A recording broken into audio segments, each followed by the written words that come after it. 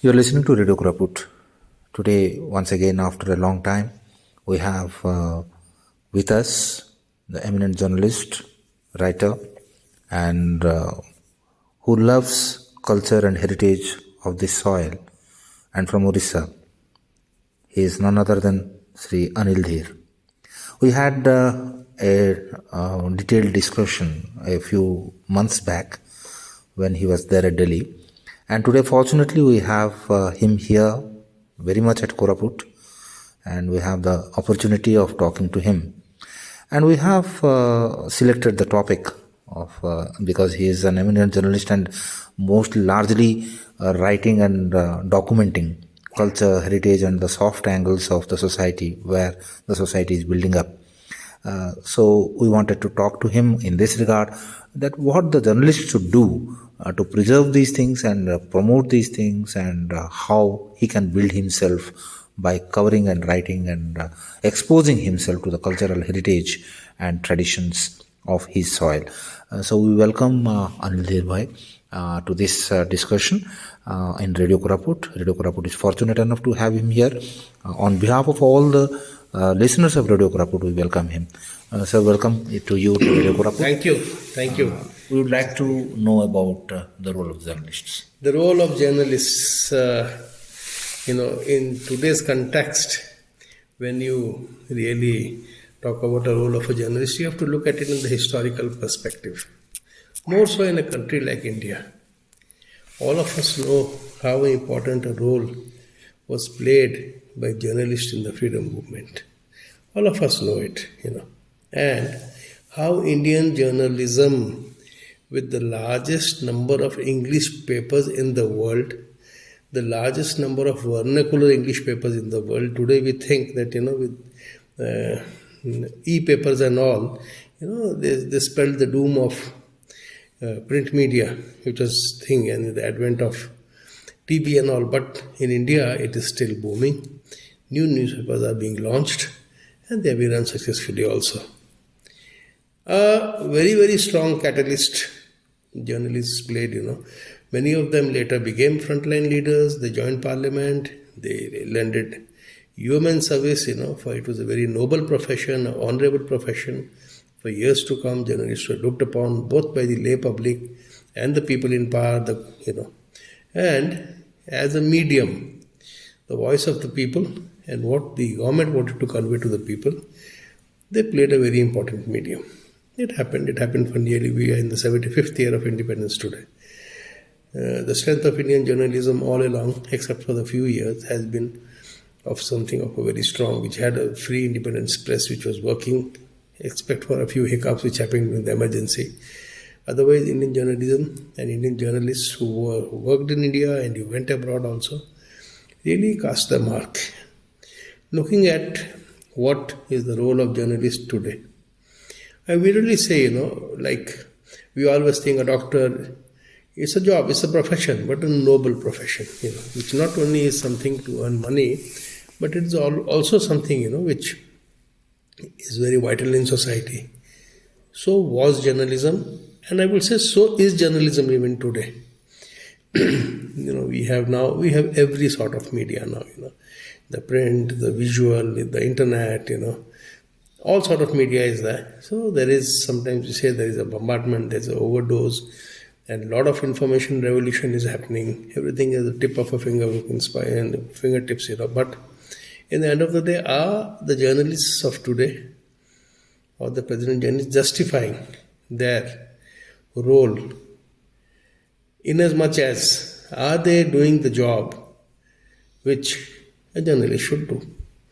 You can't, just paint everybody with a black brush or call a dog a bad name and hang him. But certainly, what we see today is, a journalism which is biased either this side, there's a polarized journalist, A real journalist who gives a very clear picture, honest appraisal, and, just reports. He sees now they are there, but it's becoming rarer by the day.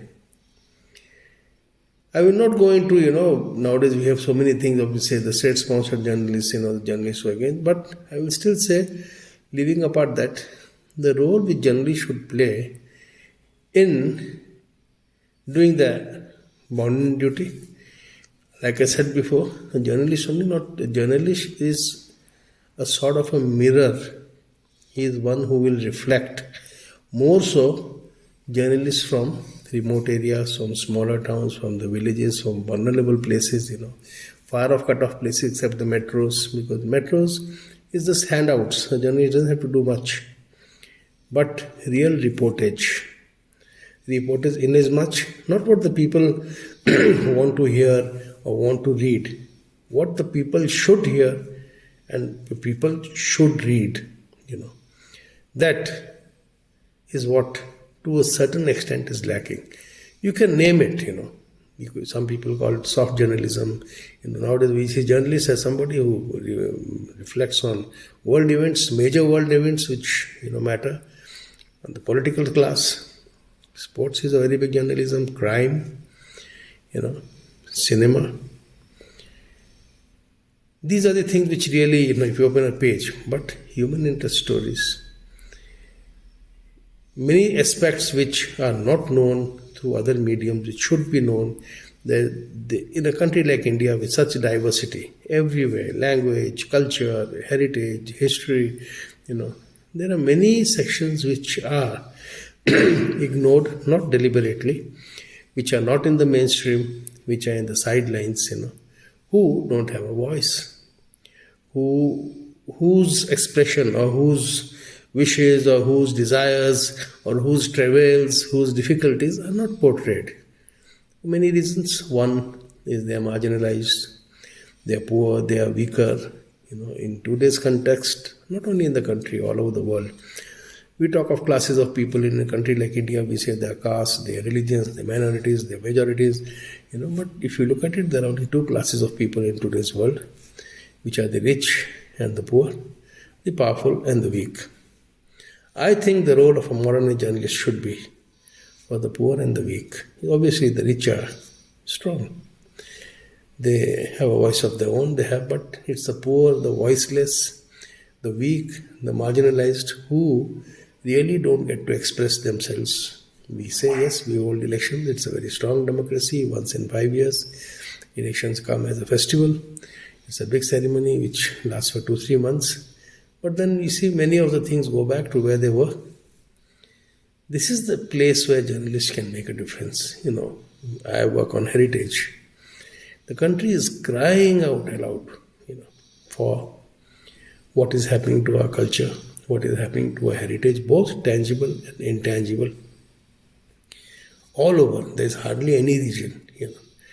I know with climate change, many things are happening. We are seeing deterioration, we are seeing withering away of many monuments because of natural factors. But besides that also, there are many other factors which are sheer neglect, vandalism, or apathy, lack of empathy, which is hurting. I'm talking of heritage. This is also applicable for human rights. This is happening for atrocities against women, crimes against children. Like I said, there are pressing problems. The problem of the old in India, the problems of migration. These are stories which should make it to mainstream. They should be the ones which should come back from page 8 to page 4 and page 1. Because a difference can be made. It has always made also. I know a lot of what in India they call the mofussil journalists, If they have made an impact, and they've really made an impact, Nowadays what happens is, the political class, I would call it the ruling class or the upper crust, they are cocooned. They are, they're cocooned in their own world. They are insulated from the real facts. The free flow of information to and fro doesn't happen. It is only from the top to the bottom. Access of people to their elected representatives, to the people in power, to the administrative class, to the police is not easy. I cannot talk of the judiciary because it's a holy cow even today. But there are many examples, where the press has, through its latent power or inherent power, made a very big difference. There are innumerable examples which, we can give, where the role of the press in correcting wrongs, in getting justice done, in, being the voice of the poor has helped. I would always say a young person who's entering the profession, nowadays journalists are not somebody who had a penchant or he worked his way up. They come from institutes which offer 5-year courses, which offer 3-year courses, they offer specialization, there is corporate journalism, there is so many sort of journalism, they come up. There's print journalism, there's, And also not from no institutions also. Yes. For many people even flip, they come, But today, these journalists, I would say we learn a lot. We learn a lot in the IMCs or in the, mass communication institutes. But in every profession, even if it's an MBA, you have to unlearn what you learned in the classbook and what is there in the field. There is a very wide gap, And the notions of, doing journalism, I would say, any fresh administrator, any fresh doctor, when he starts, he starts with very noble intention. He would like to make a change. He would like to leave his mark. He would like to make a difference. He would like to be noticed. It may be even a young lawyer or a young doctor, young engineer, any young administrative officer. He would like to be different from the rest. So as much, I would say, a journalist also wants it. But it so happens work conditions, and the papers they work for, the channels they work for, sometimes they are already working on set lines where they cannot budge here or there. They may file stories which will not be printed, But I will still say, that the lack of, that zest which they have when they enter the profession, it gradually wanes away. This just becomes another job, which I think a journalist should not get that sort of that sort of complacency that is just a job for me. No, it's not just a job for him. He has to hunt. He has to be approachable. He has to go to places where nobody goes, where the administration doesn't go, where people who should go, they don't go, where injustice has been done. If these journalists, I don't say everybody goes on a mission mode and goes, but anything, like I said, I'm talking of human interest. Even, say, heritage journalism, we know the rampant temple thefts which are happening. We know how the government is neglecting so many monuments. We know this. I'm talking of the tangible heritage, of the intangible heritage, of the natural geo-heritage, which we call, how it is being spoiled. It may be anything in the name of development, in the name of mining, or the intangible heritage, how people are changing their habits. It may be the food they eat, the way they dress, their cultures, their rituals, the taboos, everything is going for a toss. This should be highlighted. This should be said. And once they appear in the print media or they come to the public fora, they will be discussed upon, they will be debated. And in many a time, when it becomes in the general fora, remedial measures are taken. People who should take notice do take notice, So I also know that it's become a very expensive proposition. Managing a newspaper is no small job. You cannot function without advertisements. Most of the advertisements are from the government. And if you want government advertisement, you have to toe to the line. So is it for the print, for the electronic media. We know, you just can't go out full ballistic. If you go, there are so many other ways they do it.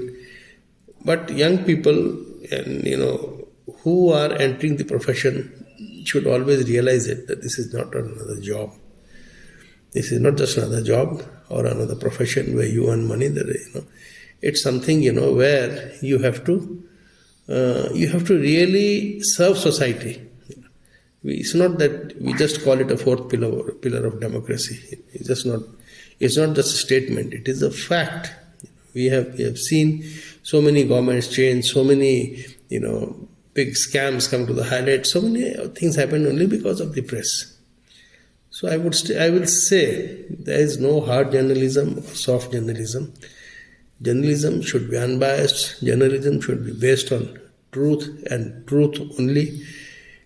The self-bias, the self-inclination, a journalist should be neutral.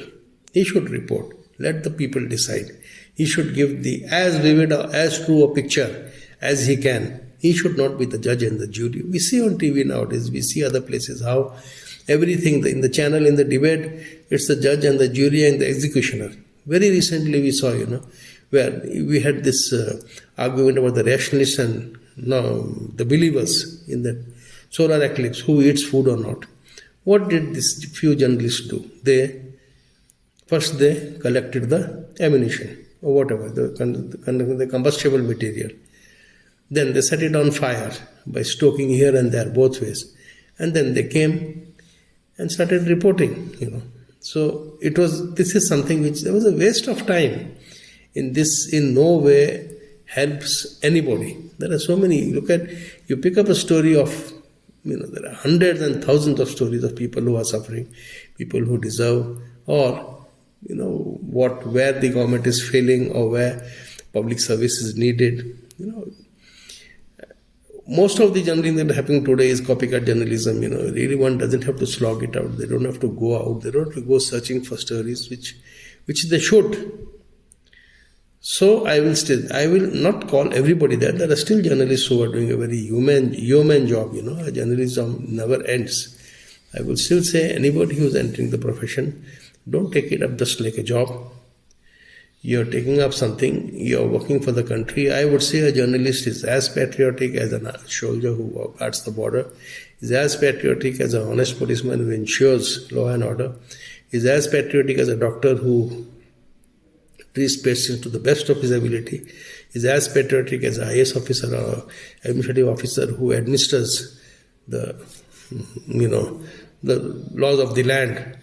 And moreover, more importantly, compared to the yesteryears, now there is, for the journalist, he cannot say that I want to say, but I don't have a platform. Now, his mainstream media house may not be taking his ideas, but there are a lot of social media. He has so much scope, Like, I think, and it's not that he's restricted to a district or a state. He can write for the world. In today, with social media being so active, there are people who can express themselves not only to the society or to the place where they belong, but if it's something which impacts humanity, the whole world is at large. And even now, you don't need a lot of technical this thing for going into visual. Your cell phone is a camera. You can always... The same thing what we are doing now. Yes, that's what we're doing. Just imagine the cell phone is going to be used and it will reach so many other people. Can you imagine a radio station even 20 years ago, a recording or a program?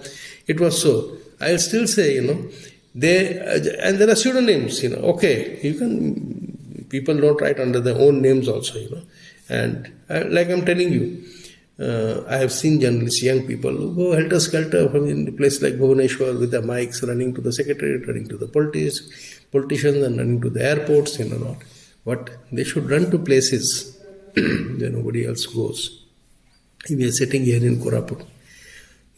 So much dearth. I will still say, with your efforts or in the last 5-10 years, there are few people here who have brought Koraput to center stage, where it is discussed, where events are held, where they act as a pressure group. I will say that small airport at the airline we started, it only started because repeatedly, there was no, patients couldn't be taken, people would take a 16-hour drive, So all these things, which you may think is mundane or just general reportage, no. Somewhere it will tickle the minds, it will prick the conscience of somewhere to some people who matter. So, once again, work to your full potential. If you are a journalist, be a full-time journalist. I would really say there is no halfway house here. A lot of people are forced to do it, but I will say, once again, it's a full-time. Keep enhancing your knowledge. Do research. Nowadays, everything is at your fingertips, Before you write a story, search the net. Do ample research. Make your stories credible. Make them strong. Make them heavy. So, you do justice not only to yourself, but you do justice to the society you live in also. Thank you, Anil Dhir sir, for the excellent way of putting the role of journalists and the scope of journalists in the present context.